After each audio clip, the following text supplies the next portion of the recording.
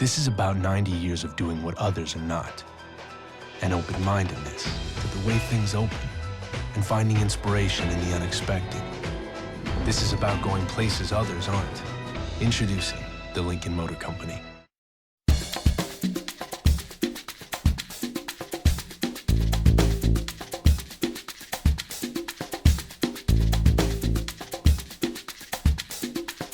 Welcome to INFOCUS Magazine TV, the Black History Month edition.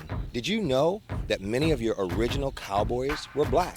In fact, the word cowboy came from those guys who escaped slavery or moved west, got jobs on ranches as cowhands. But instead of being called cowhands, those were the white guys. They were called cowboys.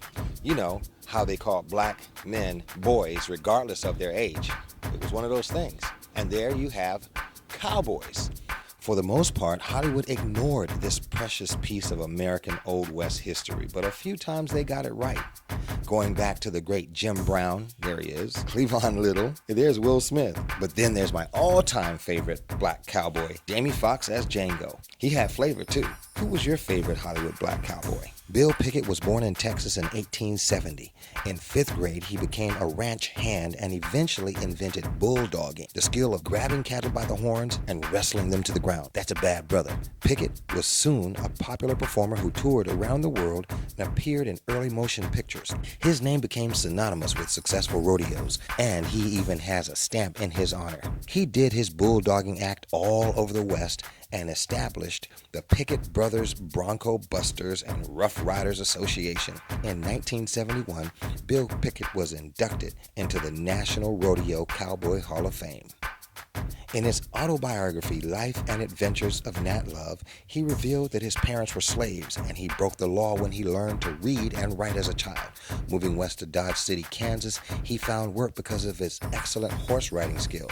His autobiography describes his fight against cattle rustlers and rotten weather. He became an expert marksman and cowboy. On the 4th of July, 1876, Love won a series of contests in a rodeo in Deadwood, South Dakota. Thus, his nickname, Deadwood Dick.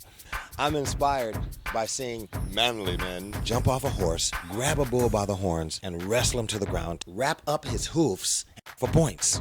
That's called rodeo. In the early days, the blacks could not participate in the rodeos with whites. They could not compete. So they started their own. And there were different kinds of cowboys. Good, the bad, and the ugly. I mean, you have black lawmen who were heroes, and then you have black outlaws. Not so good. You don't want to meet that guy after a bad night of gambling in the saloon. Then you have the Buffalo Soldiers. The Buffalo Soldiers were established by Congress as the first peacetime all-black regiment in the regular U.S. Army on September 21st, 1866. This nickname was given by the Native American tribes that the Buffalo Soldiers fought in the Wild West. You had black cowboy style, flavor on the range. I see you, bro. Modern day cowboys are still doing their thing. They are in rodeos like this one. Check out Big Boy about to belly flop that little calf. And this dude ready to buck the bronco on the range, on the farm, looking cool and keeping the tradition alive by teaching the youth. Yep, before you had the Tuskegee Airmen, you had the Buffalo Soldiers. Well, that's my report on black cowboys. I'm Tony Lesesne for INFOCUS Magazine TV. I'll see you next time.